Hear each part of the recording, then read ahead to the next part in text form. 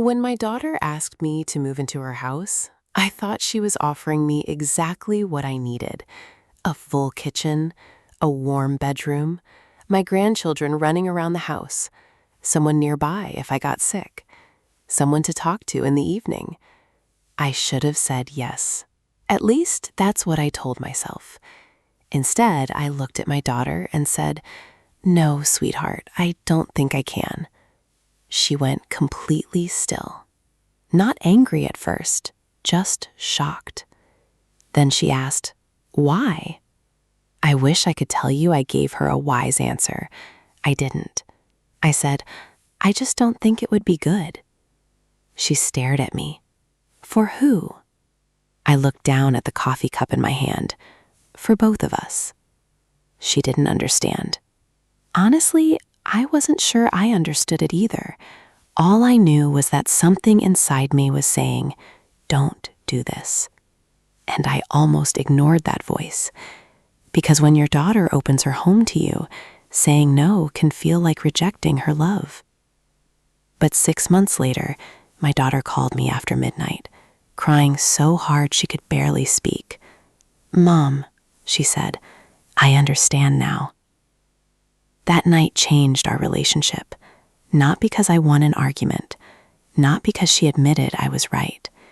It changed because we finally understood something about love that neither of us had learned in our younger years. Sometimes being close doesn't mean being together every minute. Sometimes love needs a little space to breathe. My name is Linda Harris. I'm 73 years old. And before you judge my daughter or me, I want you to know something. My daughter, Megan, is a good woman.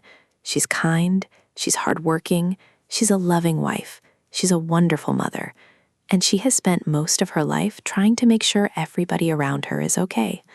In other words, she is a lot like me. Maybe that's why we loved each other so deeply, and maybe that's why we almost hurt each other without meaning to. My husband David and I were married for 46 years. 46. When I say that number out loud, it almost doesn't sound real.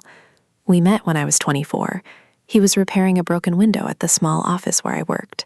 He had a pencil tucked behind his ear and a piece of glass under one arm. I watched him struggle with the frame for a few minutes. Then he looked up and said, "Don't judge me." I laughed. I wasn't. You were. I was not. You were thinking I didn't know what I was doing. I was. He smiled. That makes two of us. I should have known then what kind of man he was. He never pretended to have every answer. We married 2 years later. There was no grand wedding. We didn't have the money for one. My dress was simple. His suit was borrowed from his brother. We had cake in my mother's backyard. My father burned the chicken. My aunt blamed the grill. And somehow it became one of the happiest days of my life. Back then, I thought happiness would always feel big. I thought there would be moments that clearly announced themselves. This is happiness. But real life isn't like that. Most of the good things come quietly. A warm hand under the table, a child falling asleep on your shoulder, someone saving the last piece of pie for you, a husband checking the front door twice because he knows you sleep better when it's locked. Life hides its best moments inside ordinary days. I didn't understand that until much later. David and I had 2 children. Our son, Daniel, was born first. Megan came 4 years later. Megan was the kind of child who could turn a trip to the grocery store into an event. She talked to strangers. She asked questions about everything. She wanted to know why clouds moved, why birds didn't get dizzy, why grown-ups drank coffee, but children weren't allowed to. She followed me from room to room when she was little. If I went into the laundry room, she'd come. If I went to water the flowers, she'd bring a little plastic cup and pretend she was helping. If I sat down for 5 minutes, she'd climb onto the chair beside me. One afternoon, she was about 6 years old. I was folding clothes. She was lying on the rug, drawing a picture. Suddenly, she looked up. "Mom?" "Yes?" "When I'm old, can I take care of you?" I laughed. "You don't have to worry about that." "But I want to." "You'll have your own family." She thought about that. "Then I'll take care of both." I kissed her forehead. Deal. I never imagined that almost 67 years later, those words would come back to me. Megan grew into a responsible young woman. She worked hard. She went to college. She married a good man named Alex. They bought a small house across town. Then came Noah, then Lily, and just like that, Megan became busy in the way mothers become busy.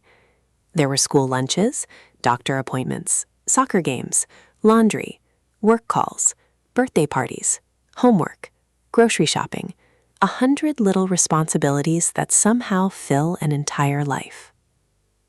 I watched her do it all, and sometimes I saw myself in her. The way she made sure everyone had eaten before sitting down herself. The way she kept saying, "I'm fine," when she clearly wasn't. The way she apologized for needing help. The way she felt guilty resting. I would tell her, "Slow down." She would laugh. "You used to say the same thing." "I know. You're the reason I do it." That was probably true. Parents leave fingerprints on their children in ways neither side notices. Then David got sick. Not all at once. That would have been easier in some ways. It began with tiredness, then shortness of breath, then appointments, then more appointments, then words from doctors that you don't want to hear. The house changed while he was still in it. There were medicine bottles beside his chair, a notebook on the kitchen counter, a calendar full of appointments. I learned to sleep lightly. Appointments when I was too tired. She sat with her father. She helped me carry things. One night, after Daniel had gone home, Megan sat beside me in the hospital hallway. "Mom?" "Yes?" "You can't do this alone." I looked at her. "I've got your father." She shook her head. "Mom, I mean after." I knew what she meant. I didn't answer. She squeezed my hand. "You don't have to make a decision now." "I know. But whatever happens, you're not doing it alone." At the time, her words comforted me. Months later, I understood something else. She meant them. She really meant them. But she also carried her own fear. Fear of losing her father. Fear of losing me. Fear of becoming the daughter who lived too far away. Fear that something would happen when she wasn't there. We don't always see the fears inside the people who are trying to help us. Sometimes we only see the help. David died on a cold Tuesday morning. I was holding his hand. The room was quiet. The nurse had just stepped out. He opened his eyes for a few seconds. "Linda? I'm here." He took a breath. "Take care of yourself." I laughed through my tears. "You always say that." He smiled. "Because you never listen." Then his hand relaxed. I knew. You always know. There is a moment when the room changes. The machines become noise. The light becomes different. And the person you have built 46 years around is suddenly no longer here. I didn't scream. I didn't collapse. I just sat there holding his hand. And for a long time, I couldn't let go. After the funeral, everybody went home. That's the strange thing about loss. Everyone cries with you. Then they go back to their lives. They have dinner, they go to work, they tuck their children into bed. And you go home to the same house where somebody is missing. David's shoes stayed by the back door. His jacket stayed on the hook. His coffee mug stayed in the cabinet. I couldn't move any of it. For weeks, I made dinner for two. Then I would remember. One night, I found myself standing in front of the refrigerator with a plate in my hand. I had prepared enough food for David. I stood there for a minute. Then I sat on the kitchen floor and cried. Not loud, just quietly. The kind of crying that leaves you tired instead of relieved. Megan began visiting almost every day. At first, I needed her. Then I started worrying that she needed me to need her. There was a difference. She'd arrive with groceries. "Mom, did you eat?" "Yes." "What did you eat?" A sandwich. What kind? Megan. She laughed. I'm asking. Turkey. Okay. She'd open the refrigerator anyway, then check the trash, then look at the medicine on the counter, then inspect the locks. I would watch her. You're acting like I'm 90. I'm making sure you're okay. I am okay. I know. But she didn't know. Not really. She was worried, and I understood why. She had lost her father. She was afraid of losing her mother, too. One evening, she sat across from me at the kitchen table. I have an idea. I knew by her face that this was important. What kind of idea? Come live with us. I smiled. She continued. You can have the guest room. We'll make it your room. You can be with the kids. I'll be nearby. If you need something, we're right there. The more she talked, the more I realized how beautiful the offer was. It was everything a lonely woman should want. Warm house, family, grandchildren, someone nearby, a full refrigerator, a noisy kitchen, no long evenings alone. I loved the idea, and that scared me, because part of me wanted to say yes immediately. But another part of me, the older, quieter part, said no. So I looked at my daughter, and I said, I don't think I can. She stared at me. Why? I said the first thing that came to mind. I need to stay here. She looked around. At this house? Yes. You'll be alone. I know. You don't have to be. I know. Then why? I took a breath, and finally I said, because I want to stay your mother. She frowned. You are my mother. I know. Then what does that mean? I didn't have the courage to explain. Not yet. Because the truth was harder than the words I had. I was afraid that if I moved into her house, I would slowly become another responsibility. I was afraid I'd start helping with the children because I couldn't say no. I was afraid I'd begin giving advice because that's what mothers do. I was afraid Megan would feel she couldn't leave me alone. I was afraid we'd start counting favors without meaning to. I was afraid that one day, a loving daughter and a loving mother would start keeping score. So I said, I think it's better if we stay close without living together. Her face changed. She looked hurt. Mom, I love you. I know. I want to be near you. Then why does it feel like you're pushing me away? That question broke my heart. Because she was not wrong. I wasn't pushing her away, but I was asking for space. And sometimes people confuse those two things. She stood up. I thought you wanted us. I do. Then come home with me.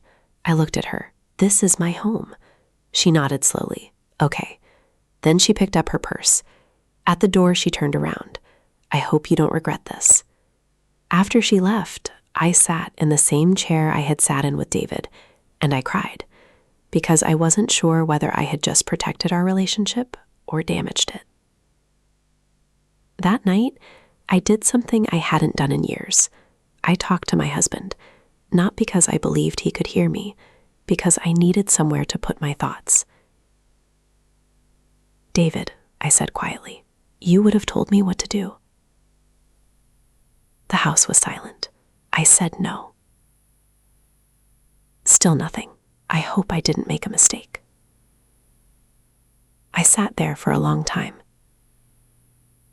Then I remembered something he told me once, years before. Megan had been 19. She wanted to move to another state for a job. I had been terrified. I wanted her to stay. David looked at me and said, you can't keep people close by making them afraid to leave. I had forgotten that, or maybe I had remembered it without realizing. I looked around the room, and suddenly I understood why saying no had felt so frightening. I wasn't afraid of living alone. I was afraid of being unnecessary. There is a big difference, and I had spent most of my life making myself useful to people I loved. Now I had to learn how to be loved without constantly being useful. That was going to take time. I just didn't know how much. The next few weeks were awkward. Megan still called, but her voice was different, careful. She asked how I was doing. I said fine. She asked if I needed anything. I said no. Sometimes we talked for 10 minutes, sometimes 5. Sometimes she would say, "Okay, Mom, I'll let you go." And I could tell she was hurt. I wanted to tell her everything. I wanted to say, "I didn't reject you. I was afraid. I want you close. I just don't want to become something you have to carry."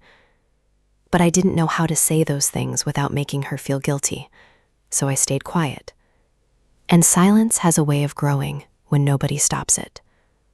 Until one Saturday evening, Megan came over with the children, and for the first time, I saw something in her face that scared me. Not anger, exhaustion.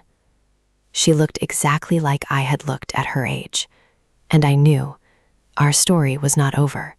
It was just beginning. Part 2. The first thing I noticed about Megan that night was that she wasn't eating. The children were laughing in the living room. Alex was talking about work. Noah was arguing with his sister over the remote. Lily wanted dessert before dinner. The house was full. But Megan was sitting at the table with a fork in her hand, staring at the same piece of chicken. I asked, "You okay?" She smiled. "I'm fine." I almost laughed. It was my sentence, the sentence I had taught her without realizing it. "I'm fine." I looked at her. "That's what you say when you're not fine."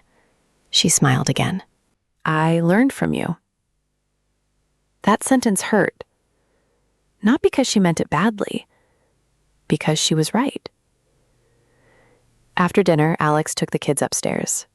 Megan stayed in the kitchen with me. She rinsed plates. I dried them. Neither of us talked. Finally, she said, "Mom?" "Yes?" "Do you think I was asking too much when I asked you to move in?" I stopped drying the plate. "No." "Then why did you say no?" I looked at her. "Because I know you." She smiled. "That's not an answer." "Yes, it is." "No, Mom." She leaned against the counter. "Tell me the real reason." I put the dish towel down.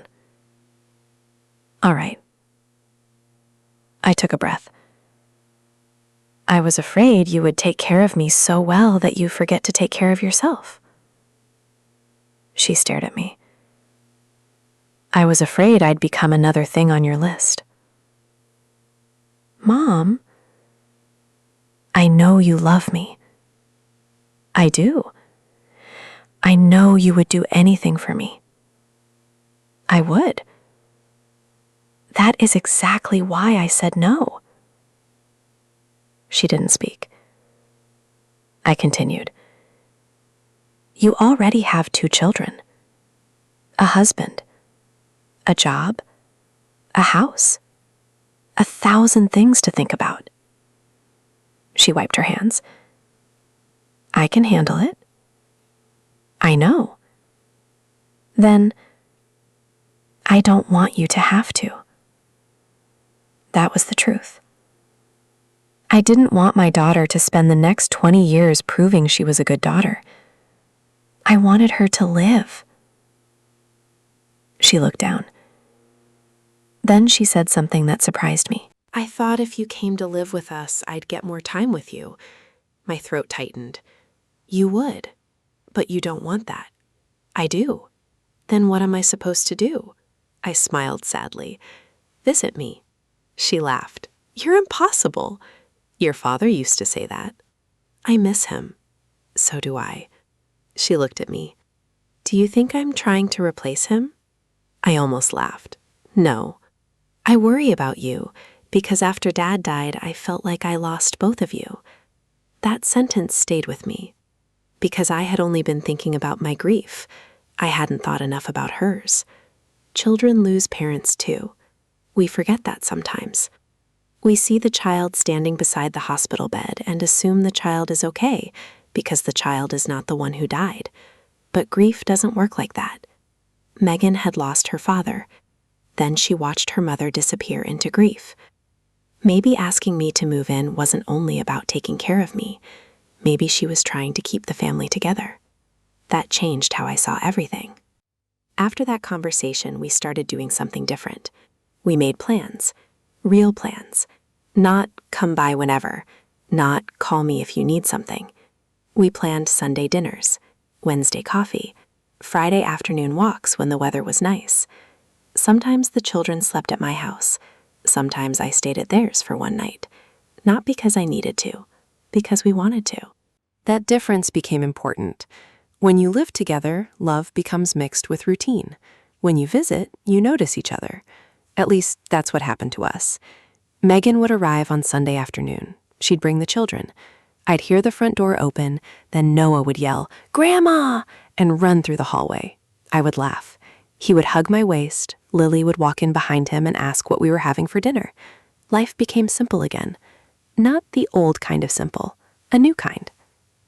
But 6 weeks later, another problem came. Megan's job became harder. Her boss changed. The hours got longer. She started coming home late. The children needed more attention. Alex was traveling more. And I could see the old version of my daughter coming back, the one who thought she could carry everything. One Wednesday evening, she called me. "Mom, can I drop the kids off tomorrow?"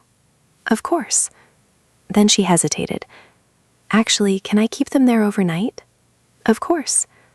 "I'm sorry." "For what?" "I feel like I'm always asking." I smiled. "That's what family is for." She went quiet. Then she said, "That's exactly what I'm afraid of." "What?" "That I'll start asking too much." That sentence made me think, because I had once been afraid she'd ask too much. Now she was afraid of the same thing. Two women trying so hard not to burden each other that we were both creating distance. "Come over," I said.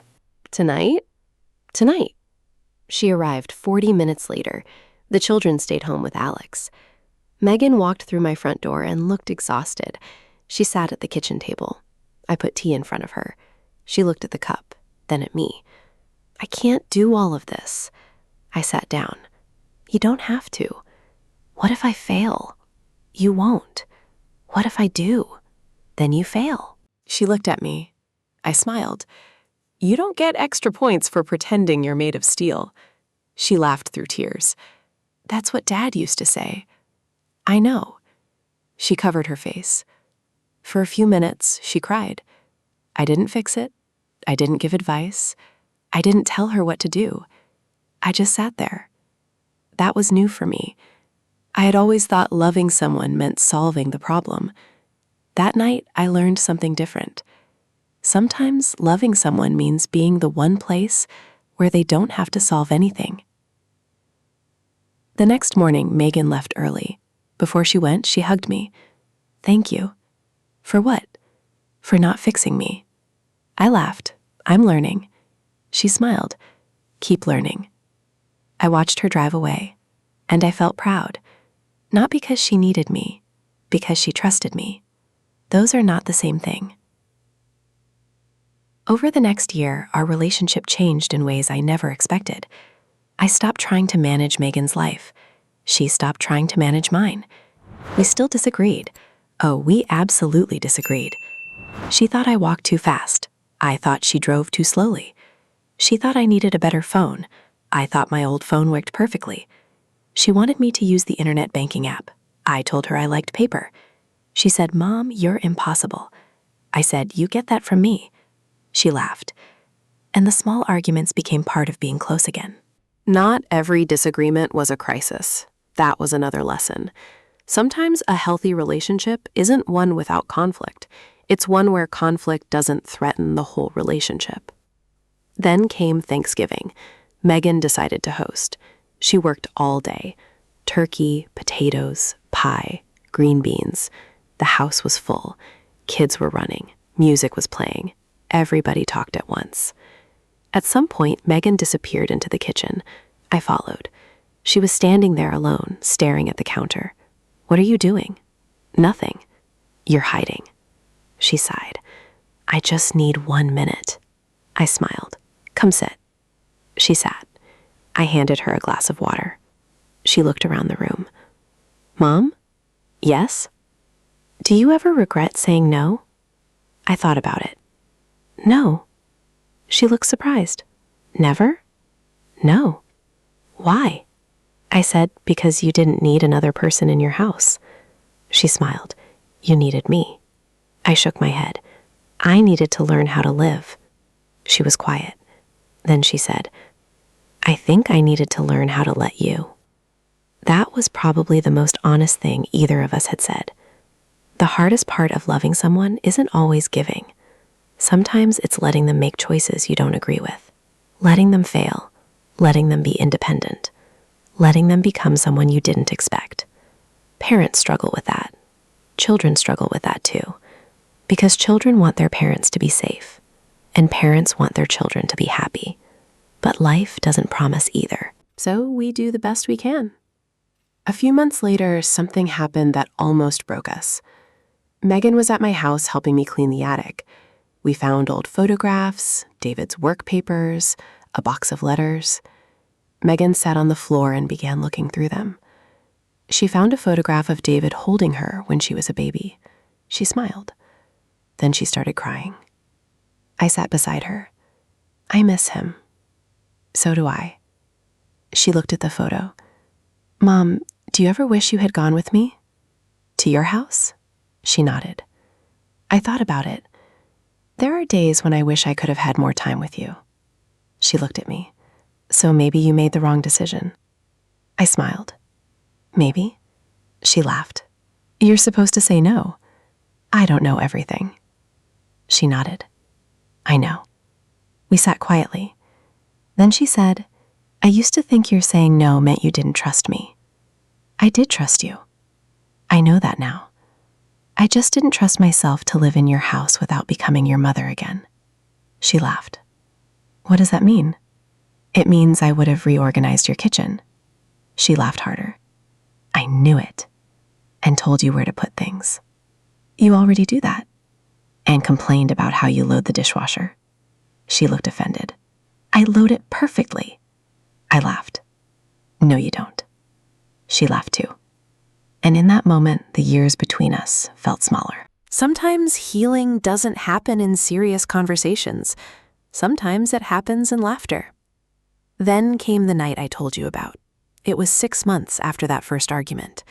The phone rang at 11:43 p.m. I was already in bed. "Hello?" I heard Megan crying. "Mom?" "Yes?" "Are you awake?" "Yes." "I'm sorry." "For what?" "I understand." I sat up. "Understand what?" "Why you said no."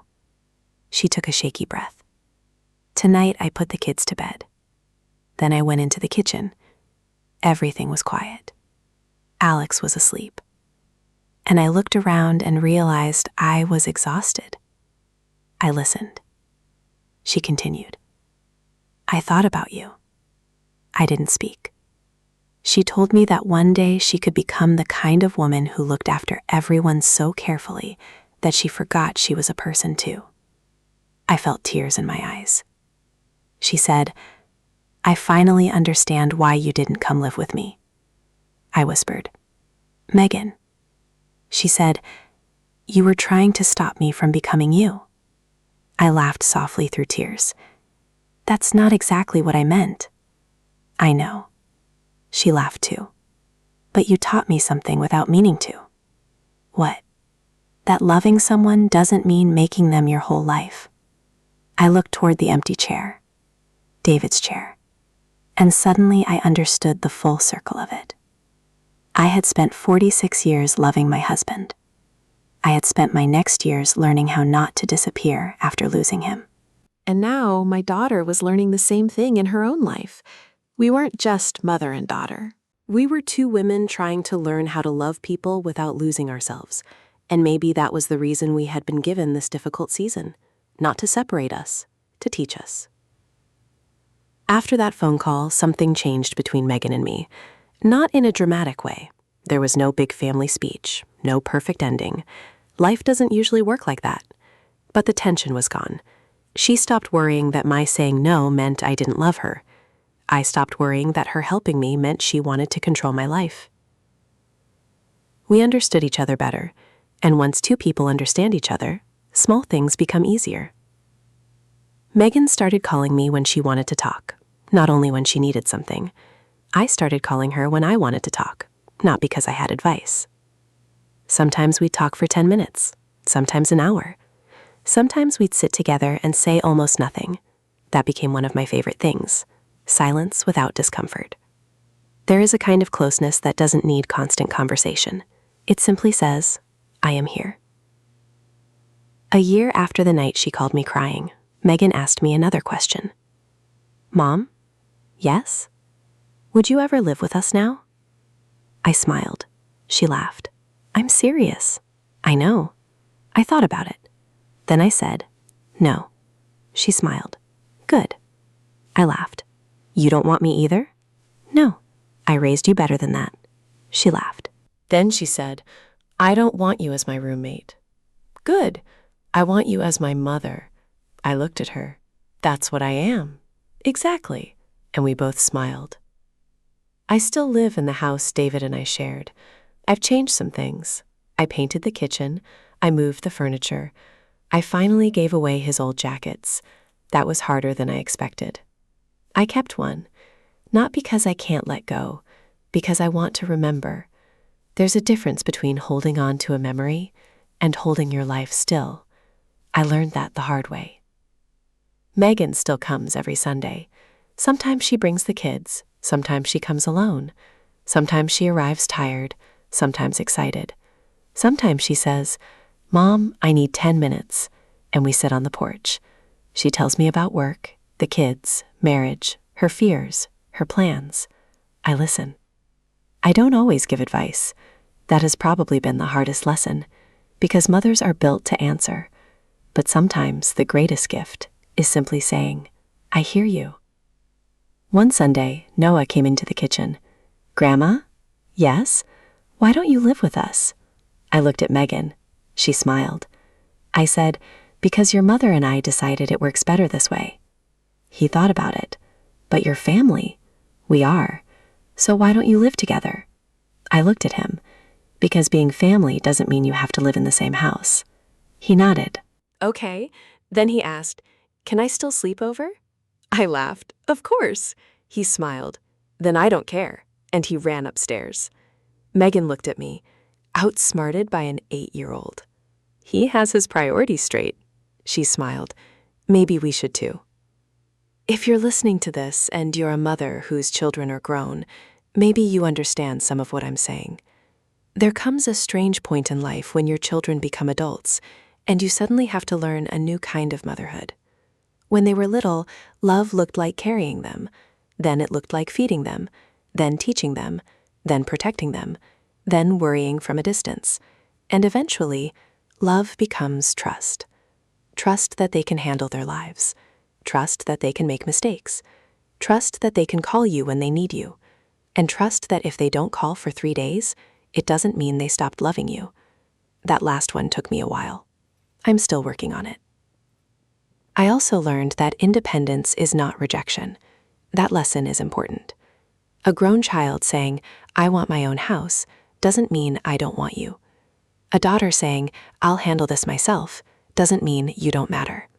Sometimes it simply means you raised her well. You gave her enough confidence to stand on her own. And when you see that, you should not feel replaced. You should feel proud. Very proud. Because the goal of motherhood is not to make your children need you forever. The goal is to help them become people who can stand when you're not holding them up. That doesn't mean you become unimportant. It means your love has done its job. But there is another side to this. Parents need room too. We are allowed to have our own homes, our own friends, our own routines, our own mistakes, our own bad days. We are allowed to say, I can't today. We are allowed to say, I'd rather stay home. We are allowed to say, I love you, but I need some space. That isn't selfish. Healthy love has boundaries, and boundaries aren't walls, they're doors. They tell people where they can come in and where they should knock first. I didn't know that at 73. I know it now. One evening, Megan and I were sitting on the porch. The sun was going down. She looked at me and said, Mom, do you remember what you said when I first asked you to move in? I smiled. I remember. I thought you were rejecting me. I know. I was hurt. I know. She looked at me. But now I'm glad you said no. So am I. Why? I thought about it. Because if I had said yes, we might have confused being close with being healthy. She nodded. And now? Now I choose you. She smiled. What do you mean? I choose to come when I want to. I choose to call you. I choose to have dinner with you. I choose to be part of your life. I looked at her, and you choose me too. Her eyes filled with tears. That means more than living together ever could. We sat there quietly. Then she reached over and held my hand. I squeezed it. I used to think the best relationships were the ones where people were always together. Now I don't. I think the best relationships are the ones where two people can leave the room and still feel safe, where saying no doesn't threaten love, where saying yes doesn't create a debt, where help is offered freely, where mistakes can be admitted, where silence isn't punishment, where boundaries don't feel like rejection, where you can say, I need you, without meaning, fix my life. That is the kind of relationship Megan and I have now. It took us a painful conversation to build it, but I'm grateful we had that conversation. Sometimes people ask me whether I regret not moving in with my daughter. My answer is no. Not because her house wasn't beautiful, not because I didn't love her family, not because I didn't want more time with my grandchildren. I said no because I knew something neither of us could see at the time. If I moved in, I might have spent my final years trying to make myself useful again. Megan might have spent her final years of young motherhood feeling responsible for keeping me happy. We would have loved each other, I know that. But love alone doesn't always make a living arrangement healthy. Sometimes love needs structure. Sometimes love needs distance. Sometimes love needs a little air. And that doesn't make it less real. It makes it more honest. David used to say that you shouldn't water a plant every hour just because you love it. He said you'd drown it. I laughed at him the first time. I didn't understand. Now I do. People are a little like that. Children are, partners are, even friendships are. You can't love someone into never leaving. You can't protect someone from every mistake. You can't make yourself indispensable. And you shouldn't have to. The people who truly love you aren't supposed to need you to disappear into their lives. They're supposed to meet you there as your own person. Today, I am 73. I still live alone. But I am not abandoned. There is a difference. My house gets quiet, but it doesn't feel empty anymore. There is a book on my table, flowers in the kitchen, a photograph of David by the window, grandchildren's drawings on the refrigerator, Megan's coffee mug in the cabinet, and every Sunday, a knock on the door. Sometimes she comes in saying, Mom, I have 5 minutes, and 2 hours later, she's still there. Sometimes I go to her house. Sometimes she comes to mine. Sometimes we need each other. Sometimes we don't. And that's okay. Maybe that's what healthy love looks like when you get older. Not constant need, constant choice. So if you're a mother and your adult child has asked for space, don't automatically hear they don't love me. Maybe they're simply trying to become themselves. And if your child wants you closer, don't be afraid to tell the truth about what you can and cannot give. You don't have to sacrifice your entire peace to prove that you're a good parent. You can love deeply and still have boundaries. You can help without taking over. You can stay close without sharing every room. You can be there without being everything. And if you're the adult child listening, Remember something too. Your parents may not always know how to say, I am scared, so they say, don't forget me. They may not know how to say, I feel lonely, so they say, you never call. They may not know how to say, I don't want to become a burden, so they say, I don't need anything. Sometimes beneath the difficult words, there is simply a human being trying to protect themselves. That doesn't mean you have to agree with everything. It means you can listen for the feeling underneath the words. Sometimes that is where the real conversation is. The night Megan called me crying, she ended the conversation with one sentence. I love you, Mom. I said, I love you too. Then she said, and thank you for saying no. I laughed. I never thought I'd hear you thank me for that. She laughed too. Me neither. We hung up. I sat on the edge of my bed. The house was quiet. David's old clock was ticking in the hallway, and for the first time, I wasn't afraid of the quiet. I understood it. The quiet wasn't proof that nobody needed me. It was proof that I had raised a family that could live their lives, and somewhere along the way, I had learned how to live mine. That was the gift. Not the house, not the guest room, not the extra help. The gift was this. I could love my daughter without living through her, and she could love me without carrying me. That is a kind of freedom I never expected to find at 73, but I'm grateful I did. Because sometimes the decision that looks like distance is actually the thing that brings two people closer. So if there is someone you love and you're afraid that saying no will push them away, remember this. A healthy no can protect a healthy yes. A little space can protect closeness. And sometimes the best way to stay connected is to remain two people who choose each other, instead of one person slowly disappearing inside the other. And if this conversation meant something to you, stay with us. There are more stories about the things we understand late in life, about family, love, regret, aging, and the choices that quietly change everything. Take care of yourself. Take care of the people you love. And don't be afraid of a little distance, when that distance gives love room to breathe. Because sometimes the hardest thing a mother can say is no. And sometimes that one little word can save the relationship she was most afraid of losing.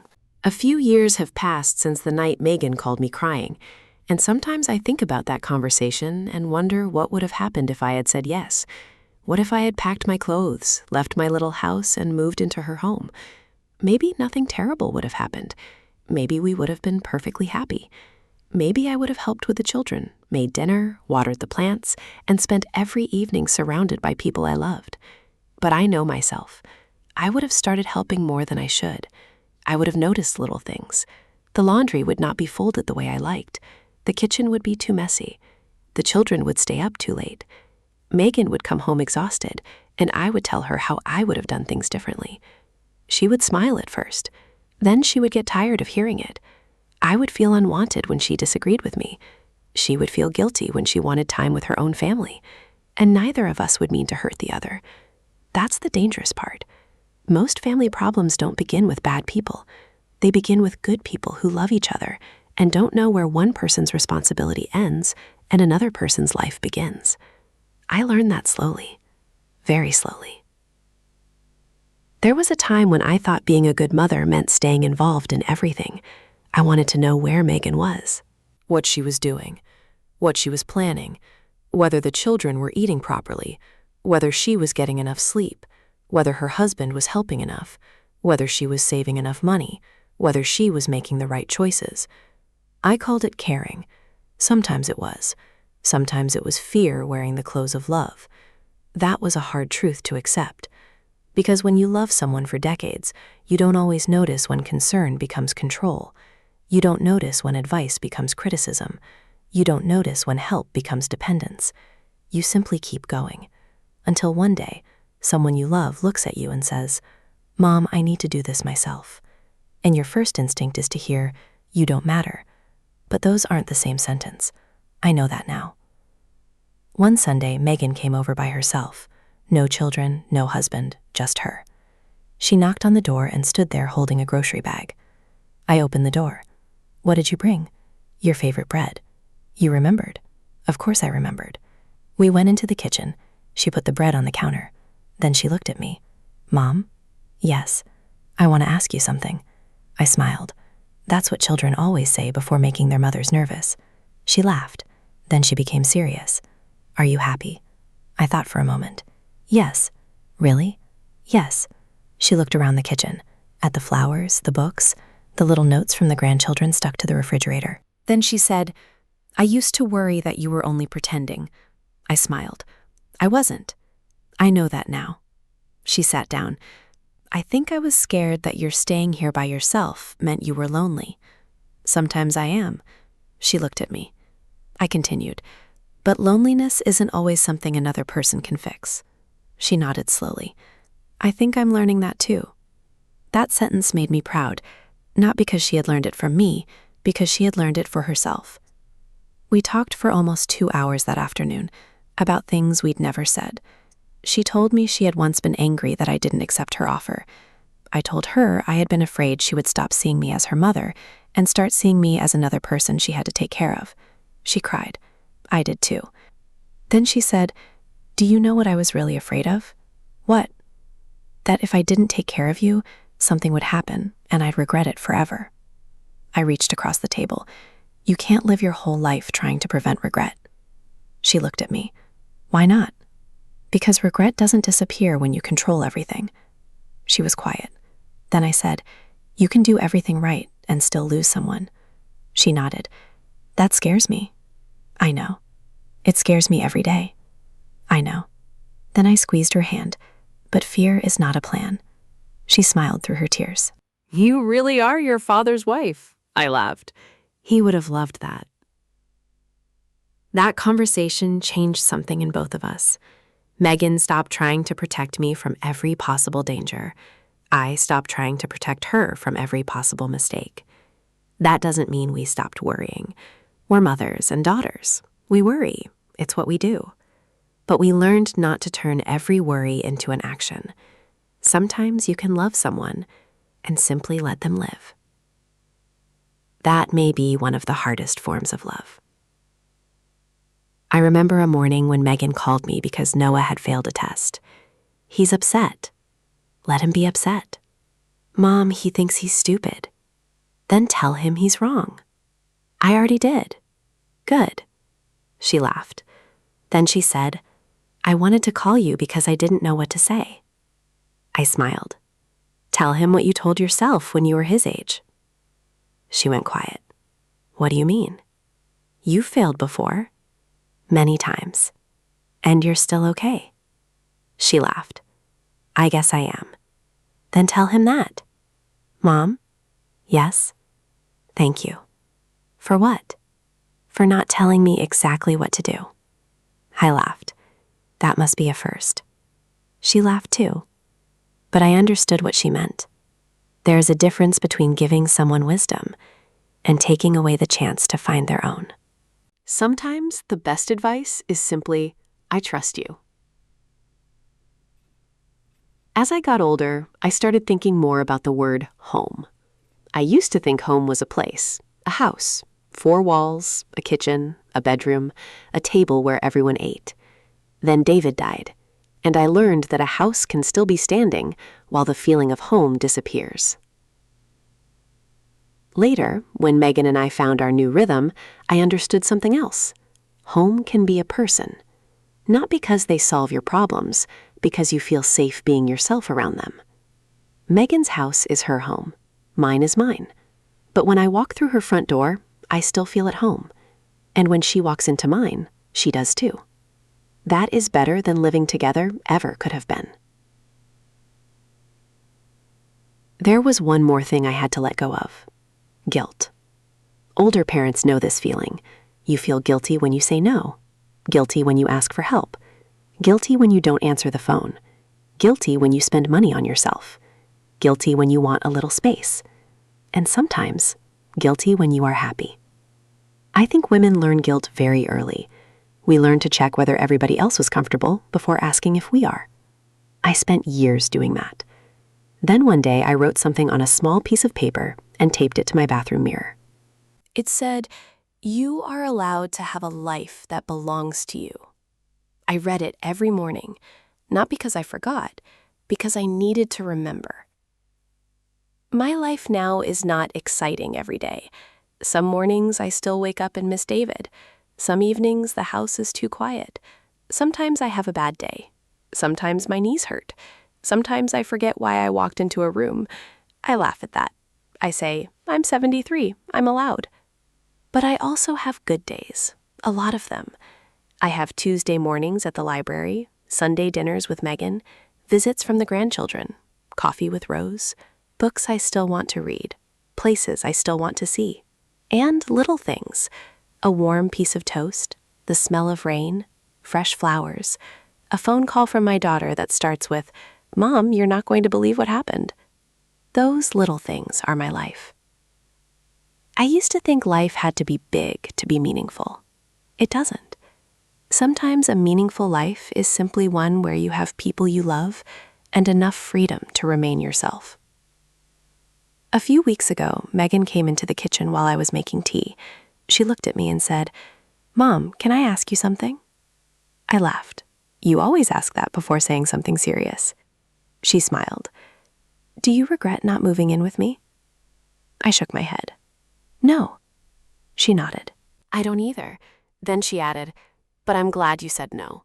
I looked at her. She smiled. "Because now when I come here, I'm your daughter." She pointed toward the kitchen. "I'm not your caregiver." Then she laughed. "And you're not my house manager." I laughed. "That was an important job." "I know." We stood there laughing. Then she hugged me.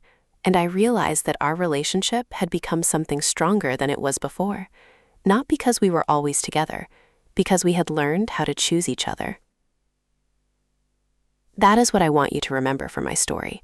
Not that living with family is bad. It isn't. Sometimes it is the best choice. Sometimes parents need their children. Sometimes children need their parents. There is no single right answer. The important question is not, what should families do? The important question is, what keeps love healthy? Sometimes that means moving in together. Sometimes it means living 5 minutes apart. Sometimes it means living 5 hours apart and talking every Sunday. Sometimes it means one person says, "I need help," and the other person says, "I'm here." But neither person loses themselves in the process. That's what we found, and I'm grateful. If I could go back to that first night, the night Megan asked me to move in, I would still say no, but I would explain it better. I would take her hand. I would look into her eyes. I am not saying no because I don't want you. I am saying no because I love you enough to let you have your own life, and I love myself enough to keep mine. I didn't know how to say those words then. I do now. Maybe that's what getting older really gives us. Not all the answers, just enough understanding to finally say the right thing when the next moment comes. And if you're a parent listening to me, please don't make your children's independence mean something it doesn't. They can move away and still love you. They can disagree with you and still respect you. They can build their own home and still need your wisdom. They can say no to your advice and still want your love. And if you're the adult child, please remember something too. Your parent may sometimes say the wrong thing because underneath it is a fear they don't know how to express. You don't have to surrender your boundaries, but you can be gentle while you keep them. There is a difference between being close and being consumed by each other. Healthy families learn that difference. I used to think the saddest thing about growing old was losing people. Now I think the saddest thing would be reaching old age without learning how to love people well, to love without controlling, to help without keeping score, to give without demanding, to say no without guilt, to accept no without feeling rejected, to stay close without losing yourself. That is what I learned, and it took me 73 years. I wish I'd learned it sooner, but I also know this: it is never too late to learn a better way to love. Tonight, when Megan leaves my house, I will stand at the window and watch her drive away. I'll know she's going back to her own house, her own children, her own life. And instead of feeling left behind, I'll feel grateful because she is living and I am living too. We are not drifting apart. We are simply walking beside each other on two different paths. And maybe that is what family was always supposed to be. Not one person carrying everyone, not everyone living under the same roof, not one person sacrificing everything, just people who know wherever you go, you can still come home. So if there is someone in your family you've been afraid to set a boundary with, maybe you don't need a perfect speech. Maybe you only need an honest conversation. Tell them what you're afraid of. Tell them what you can give. Tell them what you can't. And most importantly, tell them that your boundary is not a rejection of their love, because sometimes the healthiest no is what makes room for a much stronger yes. And if this story meant something to you, I'd truly love to hear from you. Have you ever said no to someone you loved because you believed it would protect the relationship? Tell me in the comments. And if you're going through something similar right now, remember that you are not the only one learning this. Families are complicated. Love is complicated. Growing older is complicated. But none of that means we have failed. Sometimes it simply means we're still learning. If you enjoyed this story and you'd like more conversations about family, aging, regret, love, and the things we often understand too late, stay with us here at Oldenlight. And before you leave tonight, I want you to remember one sentence. You don't have to choose between loving your family and having a life of your own. You can have both. I know, because I finally do. Take care of yourself. Take care of the people you love. And don't be afraid to give love a little room to breathe. Sometimes, that is exactly how love stays.